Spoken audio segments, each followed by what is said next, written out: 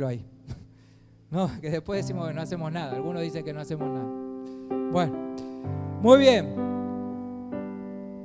Vamos al mensaje de hoy.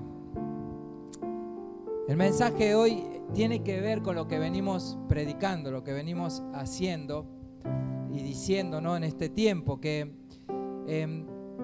vemos que tenemos que activarnos de una manera, como el mensaje del domingo pasado, que se activaban esos 4 para llevar a un enfermo, un paralítico a la presencia del Señor, y no hubo obstáculo que lo detenga, ¿sí?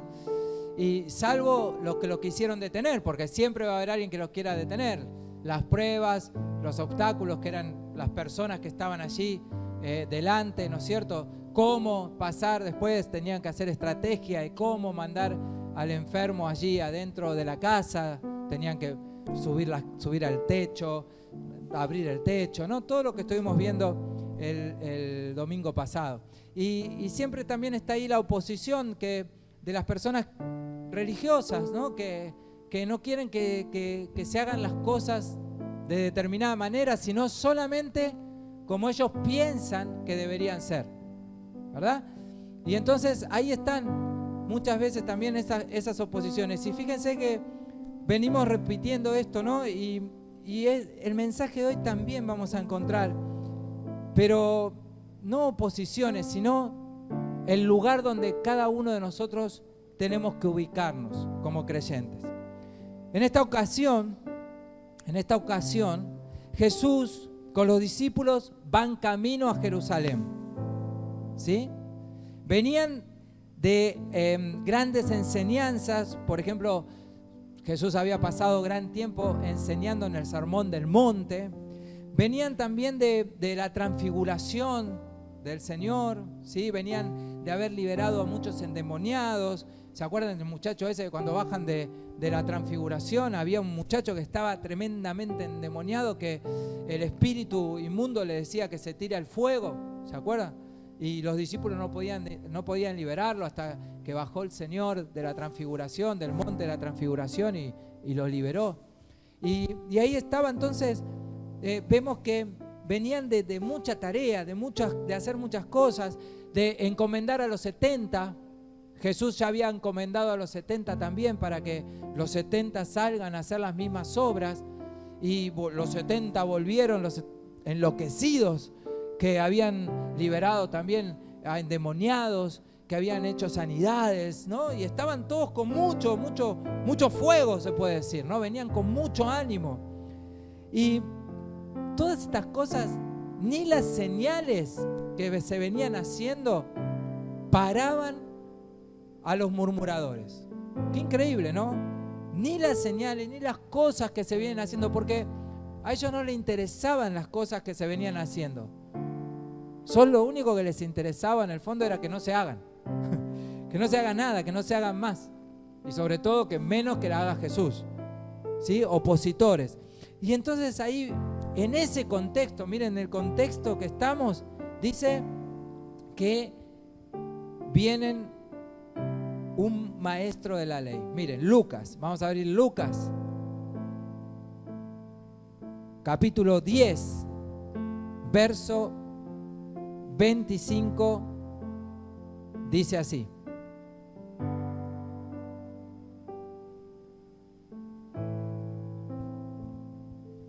en esto se presentó un experto de la ley, y para poner a prueba a Jesús. ¿Se dan cuenta? Nuevamente, ¿no? Otra vez alguien que quiere poner a prueba a Jesús. Le hizo esta pregunta. Por eso nos detenemos ahí. Mira, quiero decirte algo más ahí en esta introducción. Hay 2 cosas que el enemigo tratará de hacer siempre que quieras ponerte en marcha.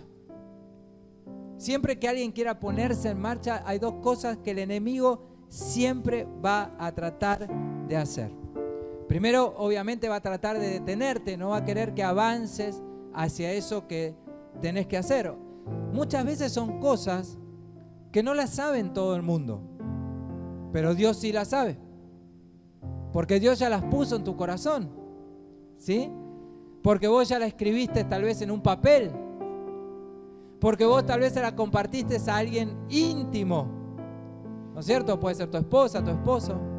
No la sabe el resto de las personas, pero el enemigo sí.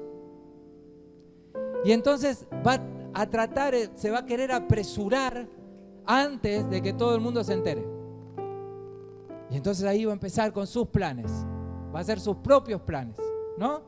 Y obviamente, si hay algo que usa, es va a tratar de desanimarte, va, como hacían con Jesús, ¿no? Tratar de difamarlo, tratar de desanimarlo, de que no lleve a cabo lo que seguía haciendo, los propósitos que él tenía. O sea, van a tratar de neutralizarlo.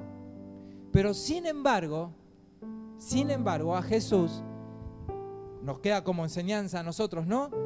Que cuando la oposición viene es porque andamos en buen camino. Amén. Y nada nos debe detener. Nada te debe detener. Tenés que seguir adelante.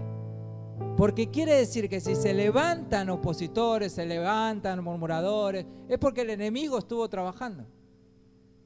Pero a Jesús no lo detenía nada. Seguía el propósito del cual tenía que seguir. Entonces, fíjate que vos siempre que se levanta oposición contra tu vida, es porque allí hay propósito. Amén. Hay propósito. ¿Qué tenemos que hacer? Seguir adelante.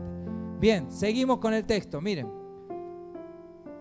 Jesús le va a manifestar a esta persona que venía obviamente con otro espíritu, ¿no? Nada que ver, no tenía el espíritu de cómo venían los 70, cómo venían los 12, que venían con todo, ¿no? Esta persona venía a frenar todo. ¿Vieron como cuando alguien viene y te tira, está el pleno fuego, y viene y te tira un sifonazo o le agarra un matafuego? Bueno, venía con el matafuego más grande queriendo parar todo, ¿no?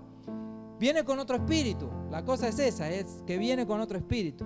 Y entonces Jesús, miren cómo lo combate. Lo combate con lo que yo denomino la ley. Porque vino a combatirlo, este fariseo lo vino a combatir con la ley, ¿no? A poner en prueba con la ley. Y Jesús lo combate también con la ley. Pero con la ley del amor. Amén. La ley del amor. Mire, Jesús replicó, ¿sí? O sea, le contesta. ¿Qué está escrito en la ley? ¿Cómo la interpretas tú? Como respuesta, el hombre citó: ama al Señor tu Dios con todo tu corazón, con todo tu ser, con todas tus fuerzas, con toda tu mente. Eso estaba en la ley, ¿no? Allí, Deuteronomio 6:5 dice eso en la ley. Y le dice: ama a tu prójimo como a ti mismo. Eso también está en la ley. En Levítico 19:13 también se encontraba en la ley. Y el Señor entonces le dice al que lo venía a probar a él, ahora él le está diciendo: bien ha contestado, le dijo Jesús. Haz eso y vivirás. Haz eso y vivirás.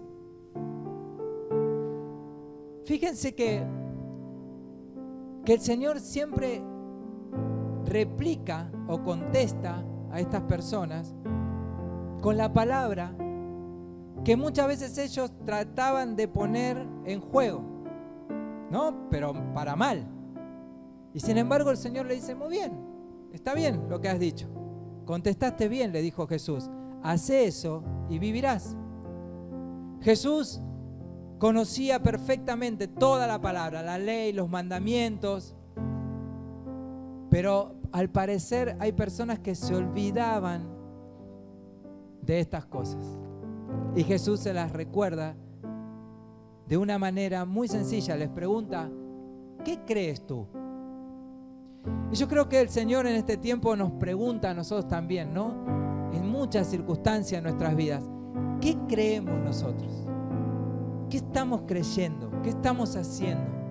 ¿Qué creemos? Porque muchas veces las respuestas inmediatas las tenemos ahí nosotros. Las tenemos ahí. Las tenemos porque la palabra nos habla. Tenemos siempre una respuesta. Y el Señor nos enseña a amar siempre. Todo hijo de Dios quiere decir que tiene que andar en amor. Eso le dijo al intérprete de la ley. Y bueno, todo hijo de Dios tiene que andar en amor. ¿Querés saber cómo llegás al cielo? Anda en amor, amá a Dios, vas a recibir salvación. Y por recibir salvación, también vas a amar a tu prójimo.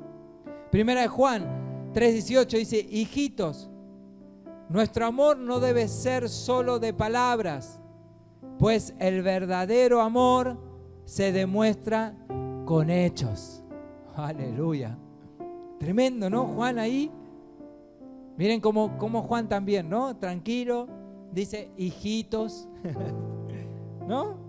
Nuestro amor no debe ser solo de palabras. Por eso el Señor estaba ahí diciéndole a este intérprete de la ley: bueno, si vos ya sabés qué hay que hacer, amá a Dios, pero no de palabra. Hola.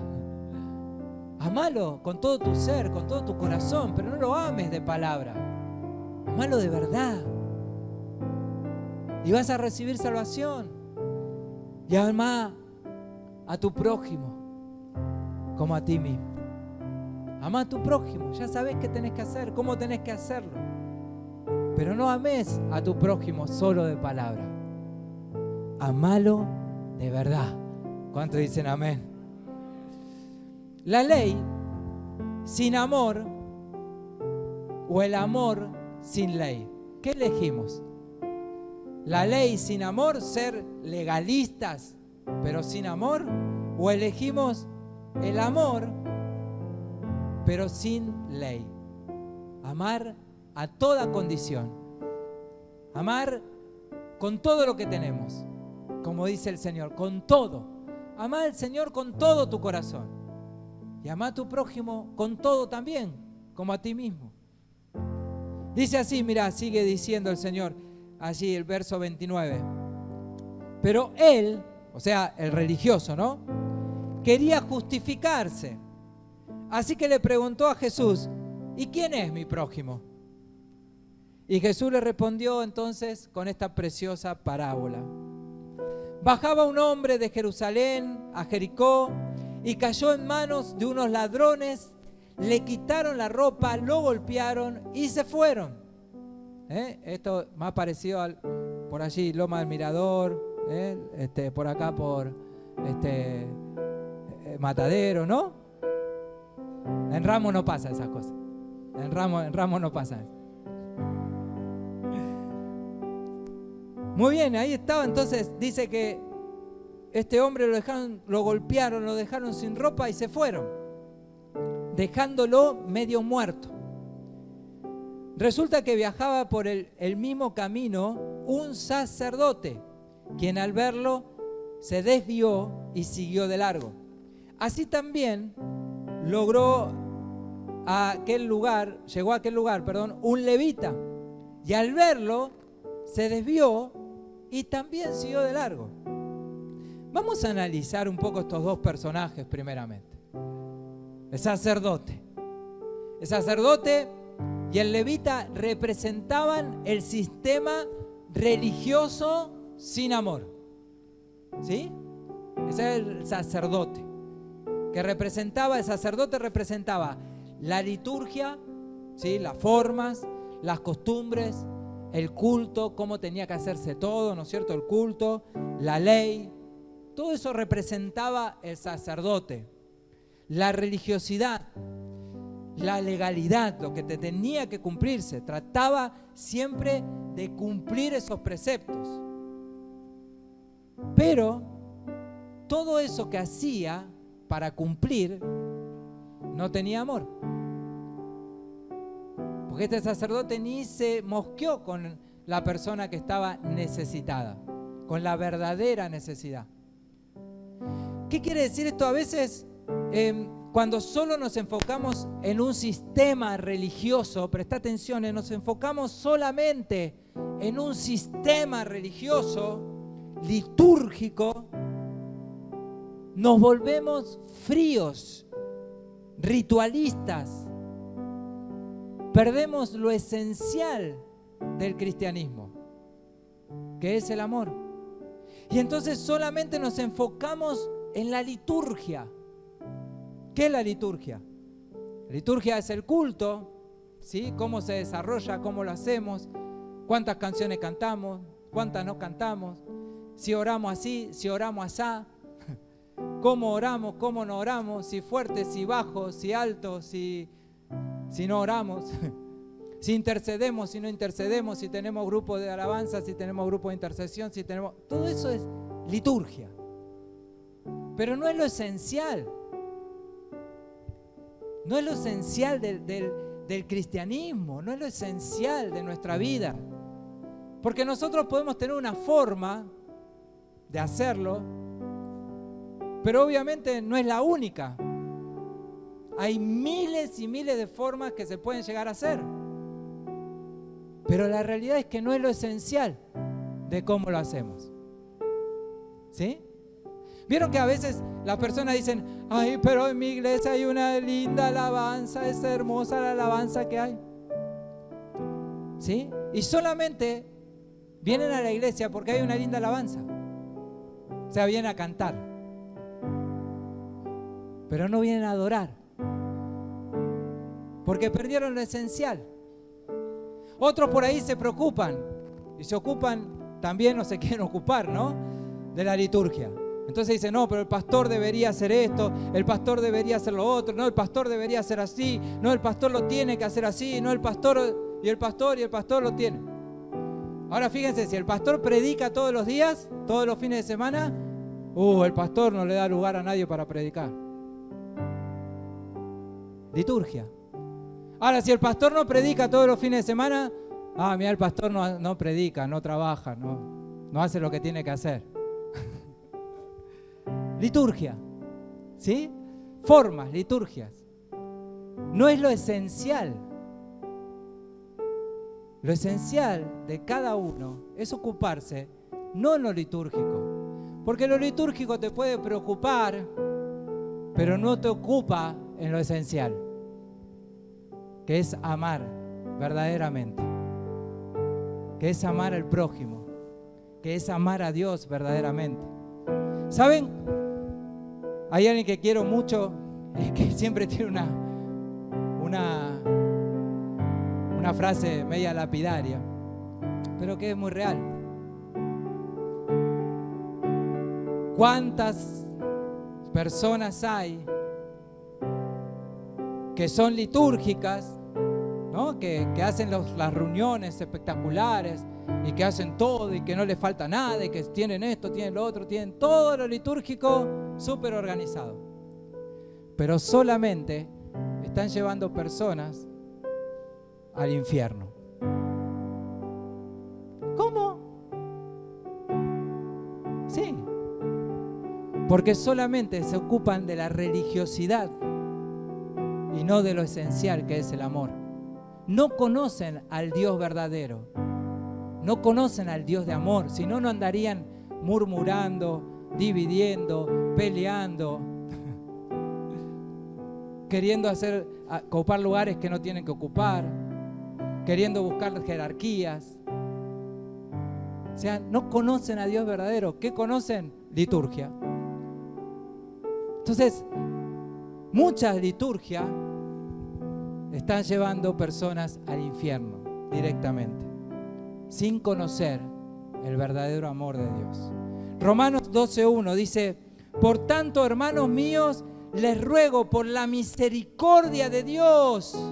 Miren cómo le ruega Pablo a los romanos. Les ruego por la misericordia de Dios que se presenten ustedes mismos como ofrenda viva, santa y agradable a Dios.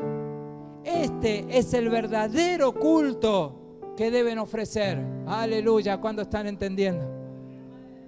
Este es el único y verdadero culto que deben ofrecer. ¿Qué quiere decir eso? Que si acá no hubiera luces, si acá no hubiera sillas, pero estamos ofreciendo un culto de adoración verdadera y genuina a Dios, nada de todo lo que hay acá interesaría. Amén. Podemos hacer miles y miles de reuniones, miles y miles de cosas, pero si no lo hacemos de amor verdadero, nada sirve. Porque dice allí en Romanos, ¿saben por qué él estaba diciendo esta palabra allí a los romanos? Porque había una gran pelea y división entre los judíos y los gentiles. La iglesia estaba completamente dividida entre gentiles y judíos. Y el Señor estaba usando a Pablo para cerrar esa grieta entre judíos y gentiles. ¿Por qué? Porque uno quería hacer la liturgia judía, las formas judías, tenía que hacer todo como los judíos, y los gentiles decían, no, nosotros no queremos hacer eso. Lo loco de la iglesia de los romanos es que los líderes, no los fundadores, pero sí los líderes de la iglesia, eran gentiles. La mayoría eran gentiles. Y sin embargo, los judíos querían establecer su liturgia. Querían establecer todo lo que ellos conocían. La circuncisión, los sacrificios, los rituales. Todas las cosas los querían establecer. Y entonces el liderazgo en ese momento dice, no, pará. Todo eso ya fue, ya pasó. Y entonces se producía una división allí. Mi hermano, nosotros no somos el culto. ¿Cuántos dicen amén? Nosotros no somos el culto. ¿Debemos tener el culto? Sí. ¿Debemos tener un culto en orden? Sí. ¿Debemos tener actividades? Sí. Claro que sí. Pero no es lo esencial. Amén. No es lo esencial. Porque, ¿sabes qué? Yo tal vez voy a presentarte un modelo de culto, porque soy el pastor, así que te lo tengo que presentar. Es mi deber. Pero ¿sabes qué? Si nos centramos en eso, va a venir Alberto y me va a decir, no, pero así no se hace, Adrián, a mí me gustaría que se haga de otra manera. Va a venir Mirta y me va a decir, no, Adrián, así no se hace, a mí me gustaría que se haga de otra manera. ¿Sí? Va a venir Marcelo y va a venir, no, Adrián, así no se hace, quiero que se haga de otra manera. ¿Y saben qué genera esas cosas? Simplemente lo único que genera, división. División. En cambio, si decimos, el pastor tiene esta forma de culto, vamos con esta forma y vamos todos juntos y vamos para adelante, sin decir nada, todo bien. Ahora, si vas a venir a aportar algo positivo, se recibe. Pero no a cambiarlo. ¿Amén? No a cambiarlo. Porque genera división. ¿Sabes por qué genera división? Porque al no tener voz la suficiente para hablar con el pastor, vas a juntar a otro. Y le vas a comentar a otro. ¿Viste el pastor cómo está haciendo el culto? ¿No te parece aburrido? ¿Viste el pastor cuántas canciones está tocando? ¿No tendría que tocar más o menos? Y el otro capaz te va a decir, no sé, puede ser. Ah, viste, estás conmigo entonces. Y va a buscar a otro, y va a buscar a otro, y va a buscar a otro. Y así genera división. Por eso Pablo entonces le dice a los romanos, le dice, por tanto, hermanos míos, les ruego por la misericordia de Dios que se presenten ustedes mismos como ofrenda viva, santa y agradable a Dios. Este es el verdadero culto que deben ofrecer. ¿Cuántos dicen amén? ¿Y cuánto le dan un aplauso al Señor? Amén. Gloria.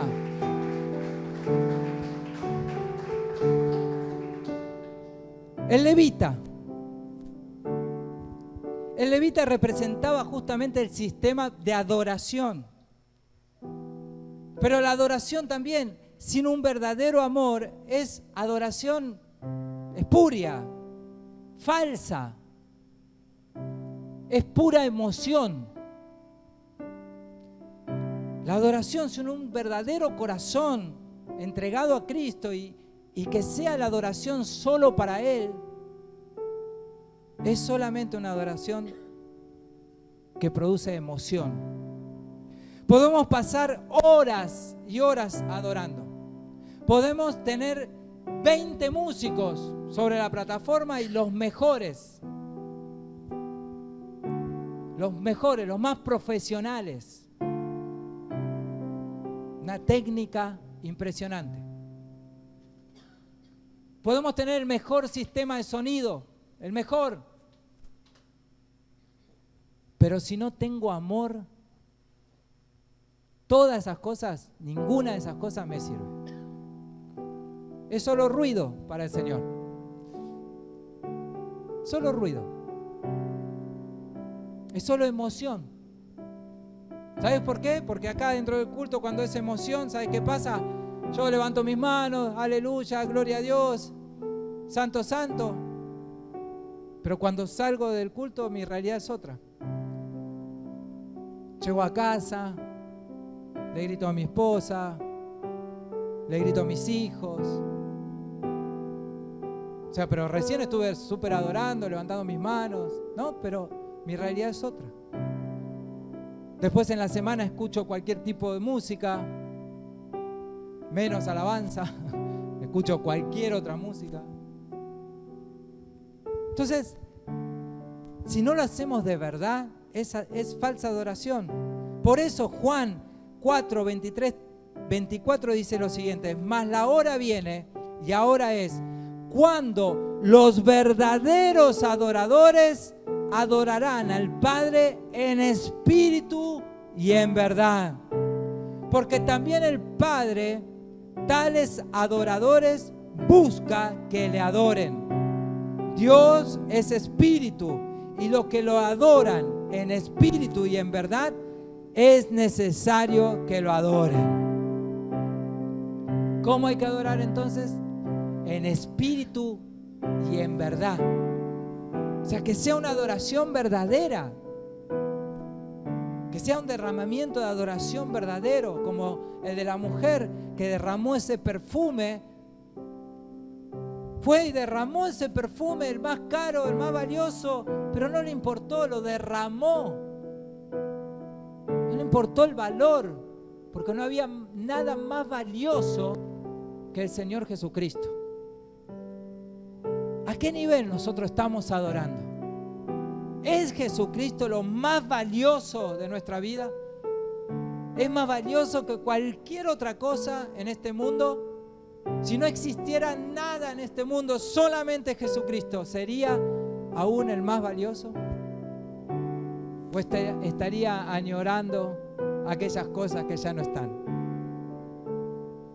Jesucristo tiene que ser el centro de la adoración de mi vida, el centro. No puede haber otra cosa que ocupe ese lugar, mi querido hermano. No puede haber otra cosa.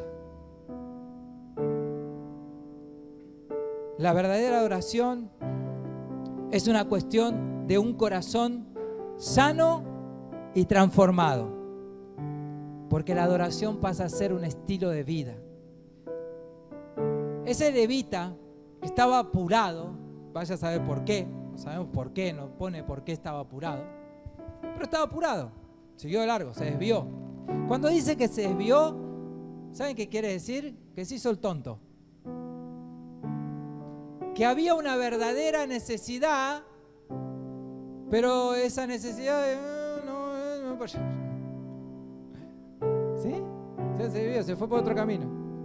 Pues si seguía para adelante se iba a chocar con la realidad y con la necesidad. Entonces, el verdadero adorador está en el centro del corazón de Dios, de lo que Dios está deseando, está en el centro de la voluntad de Dios. Ese es el adorador, el que está en el centro de la voluntad de Dios y hace lo que Dios quiere que haga. Está en la voluntad de Dios. Entonces siempre va a estar dirigido por el camino hacia la voluntad de Dios y no se va a desviar. Si se desvía es porque no está en la voluntad de Dios. El adorador siempre está en la voluntad de Dios. Mateo 15, 6, 11 dice: este pueblo de labios me honra, mas su corazón está lejos de mí. Por eso les digo que es una cuestión del corazón, la adoración. La adoración pasa por una cuestión del corazón. No pasa por una cuestión de tener 50 músicos, el mejor equipo de sonido, las sillas más cómodas, el mejor salón, la mejor acústica. No pasa por ese lado. Porque si pasara por ese lado, no tendría sentido. En la semana, uno de los chicos de acá del grupo de alabanza mandó un video que justo yo estaba haciendo el mensaje y dije, es esto. Así que me puse ahí con ellos también. Donde hablaba de las reuniones en China,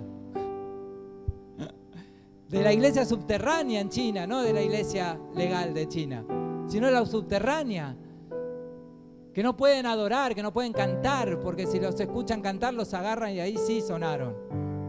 Que no tienen una silla donde sentarse, no tienen sillas, porque los lugares donde se juntan son deplorables. Se sientan en el suelo. Hacen kilómetros porque tienen que ir a reunirse a lugares secretos en el medio de la selva. Hacen kilómetros y kilómetros para llegar, con el miedo de que alguno lo persiga. Pero cuando llegan, disfrutan de la adoración y del culto. Disfrutan. Por eso le digo, ¿cuántas cosas más querés meterle al culto? ¿Qué más le querés meter al culto? Ya tenemos todo, mi hermano.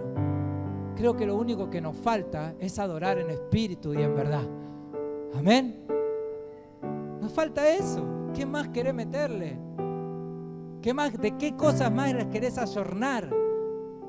Si ya tenés lo esencial, está.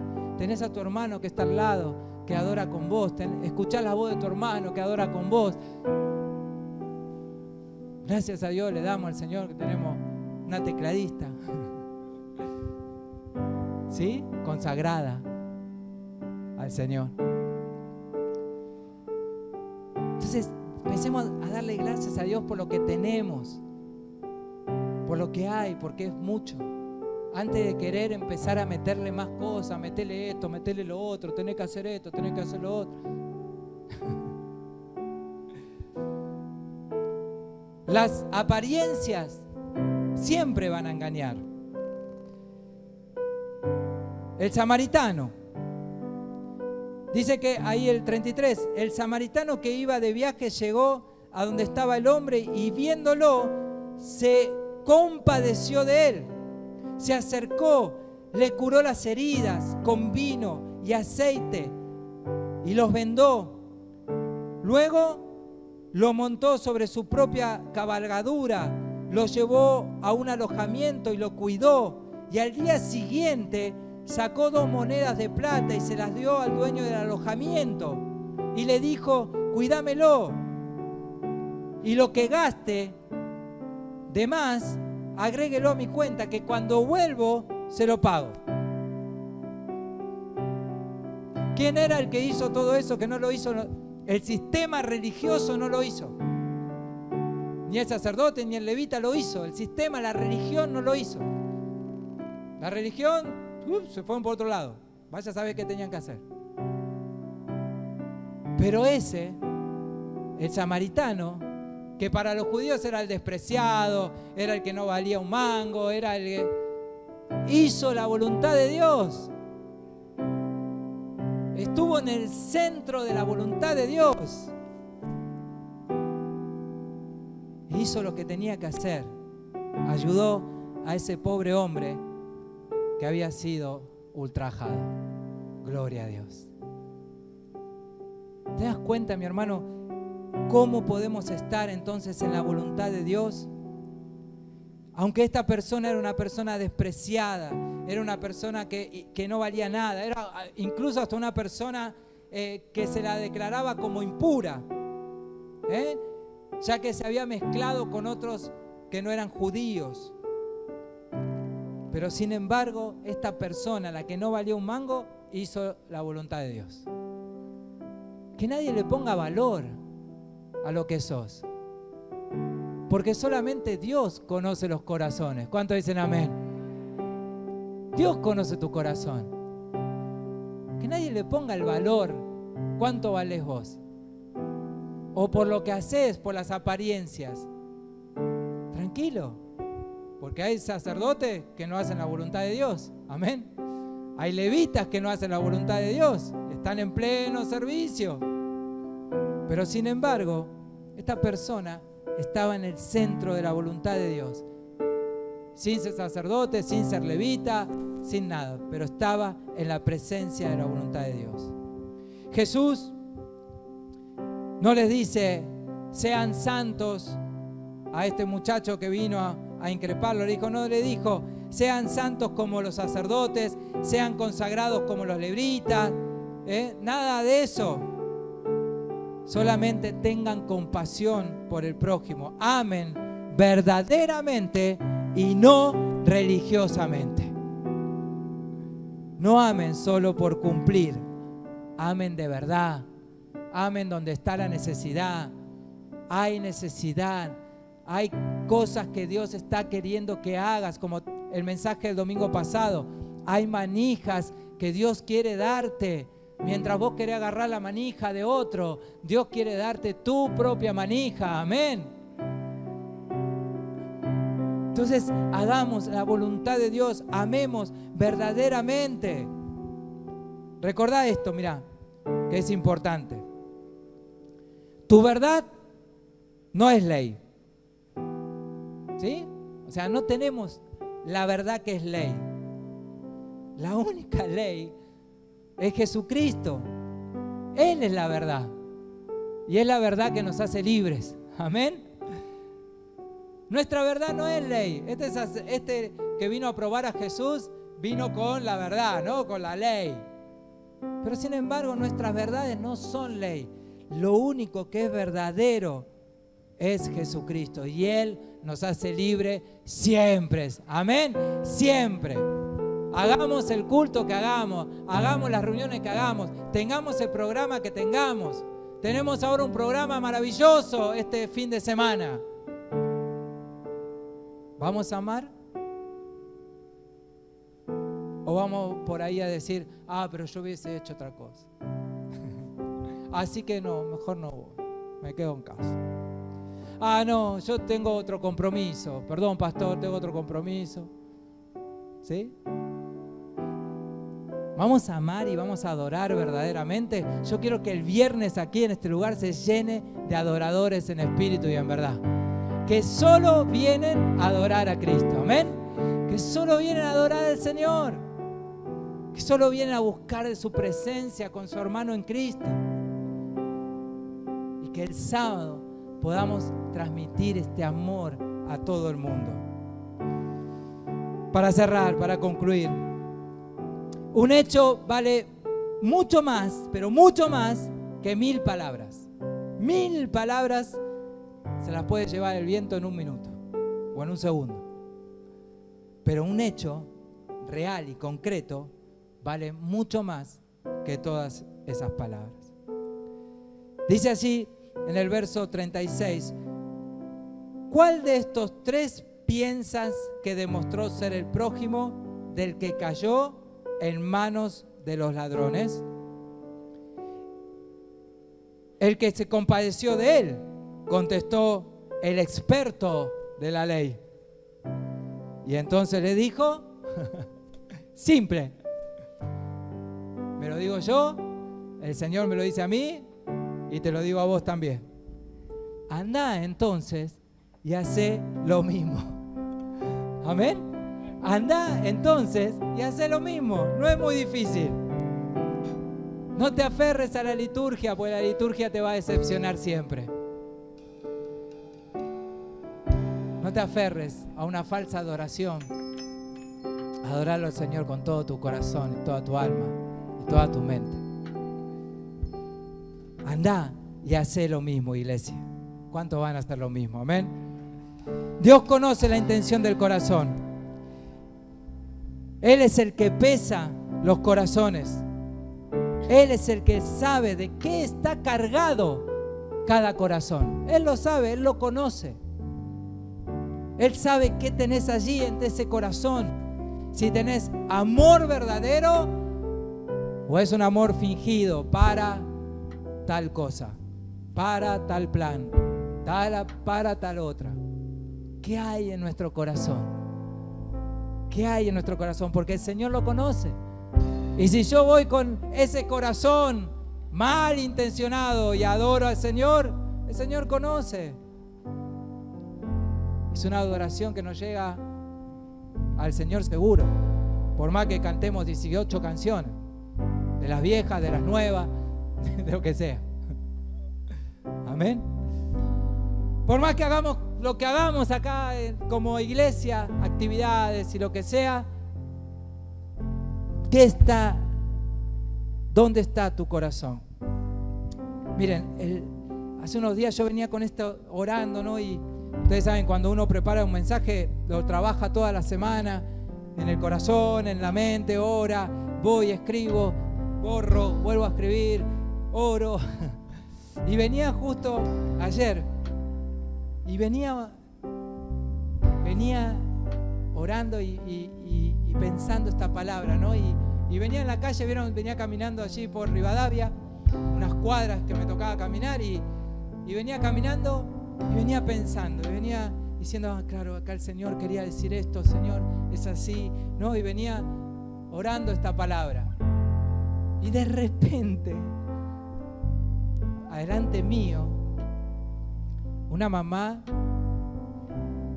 con su hijito de color, negros. Y estaban adelante mío, justo. Y yo venía, ¿vieron? Cuando venía así, de esa manera, orando, distraído. Pero de repente, adelante mío, yo estaba atrás de ellos. Adelante escucho una conversación que fue del Espíritu Santo. El Señor me mostró ahí. ¿Saben? Esta mujer le dijo a su hijo, lo llevaba de la mano. El niño tendría unos 10 años. Le dijo, no te pongas mal por lo que dicen de tu color, que sos negro. Sí, sos negro. Yo también soy negra. Y no te pongas mal por lo que te dicen, porque vos no valés lo que te dicen que sos, por lo que sos de tu color de piel. Vos valés lo que valés como persona. Y yo sé lo que sos como niño. Yo te conozco, sos mi hijo. Y de repente le dice una frase y entraron al supermercado.